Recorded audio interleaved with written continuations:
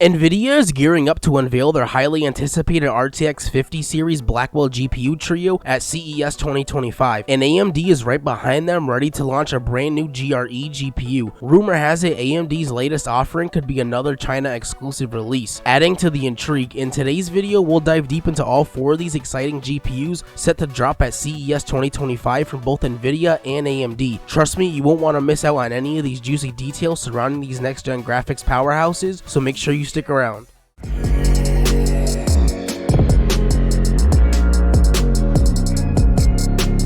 What's up everyone, welcome back to LA Electronics, your go-to source for all things PC tech, news, and leaks. We've got you covered with the latest and greatest updates on GPUs, CPUs, and everything in between. If you're serious about staying ahead of the curve, make sure you hit that subscribe button and turn on notifications so you never miss a beat. Don't forget to follow me on X, where I drop breaking PC tech news and leaks before I dive into them in the videos. In today's episode, we're talking about Nvidia's upcoming Blackwell GPUs and AMD's GRE GPU, both set to make a splash at CES 2025. So let's jump right in.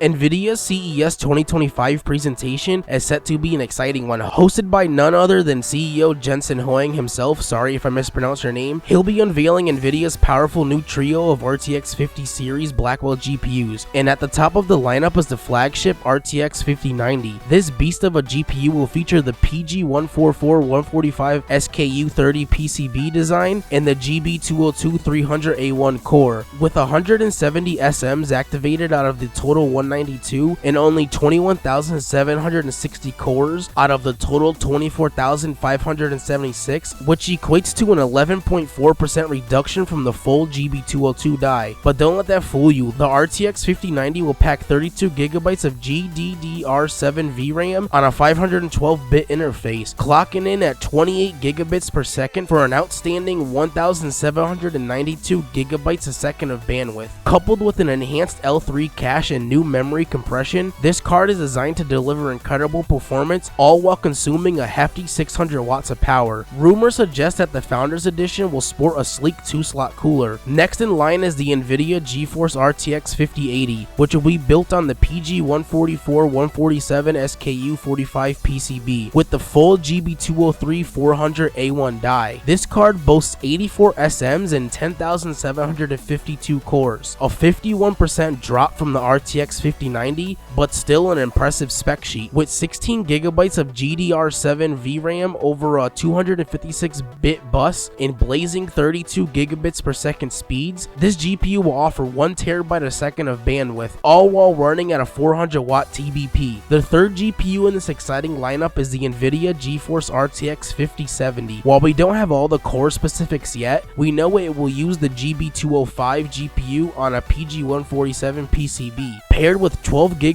of memory over a 192-bit bus with memory speeds of 28GB per second. This GPU will push 672GB a second of bandwidth, a 33% improvement over the RTX 4070 and RTX 4070 Super, alongside a 250-watt TBP, which is 14% higher than its predecessor. Nvidia is also making key changes to improve performance across the board, such as the PCB backdrilling process to enhance signal integrity between the GPU and the GDDR7 memory. Expect 14-layer PCBs, PCIe 5.0 compliance, and DP2.1a support with 80GB per second bandwidth across the lineup. While the flagship RTX 5090 and 5080 models might come with dual 16-pin power connectors, most models will stick with the single 12-volt 2x6 interface. Nvidia's RTX 50 Blackwell lineup, including the RTX 5090, 5080, and 5070, will officially debut at CES 2025, promising an exciting jam-packed reveal session by CEO Jensen Huang. Let me know your thoughts on Nvidia's next-gen GPUs in the comments down below. Now let's shift gears and talk about AMD's new GRE GPU, which could potentially be another China exclusive release.